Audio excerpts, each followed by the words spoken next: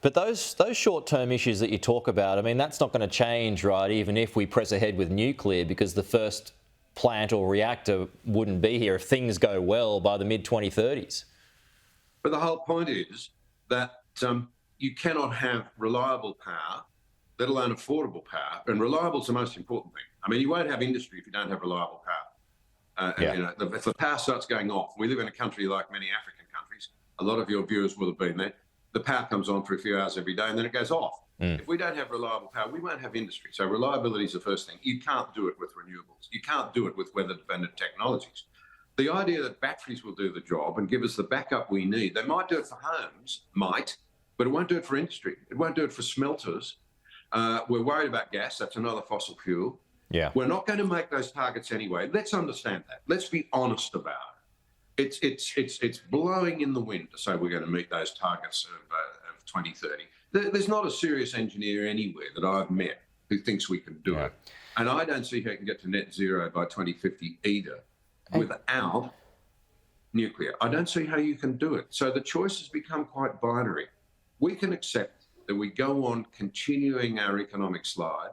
The cost of living becomes permanent. And of course, many people won't say it, but many activists actually think that's part of the key. We've got to reduce our living standard. Hey, John, they're not honest enough to say it. Yeah. But it'll become a reality if we don't have a more honest debate. It's as simple as that. I'm curious, AEMO, it's this morning dismissed nuclear talk, saying renewables is the way to go, but we're a long way behind where we need to be. That's what it says as part of its report this morning. I'm curious about what your thoughts about AEMO are. Well, I'm deeply troubled because I think they're part of a mechanism, and I have to include the CSIRO in this, where really their reports look very much like they're driven to suit the government of the day and the ethos, if you like, the zeitgeist of the day.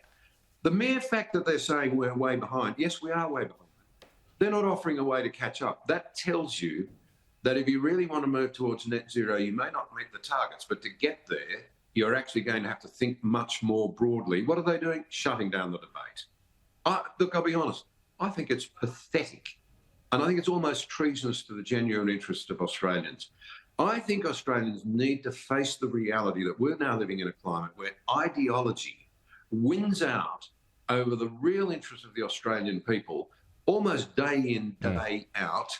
And that's why I say the bans need to be lifted. And that's a question of national willpower. Are we going to stand up now, finally, get engaged again and say our futures are at stake? And the nonsense that's going on around this issue at the moment, you know, they talk about the coalition's costing. What on earth are the current set of policies going to cost us? Not just to put that renewable in, but what are the real costs of the loss of industry when we don't have reliable power anymore? We'll end up like California, a new feudal state where you've got the hyper wealthy at the top, no middle class because industry's gone, and 80% of the emerging jobs are basically low-paid barista type and cleaning type jobs. That's what's happened in California.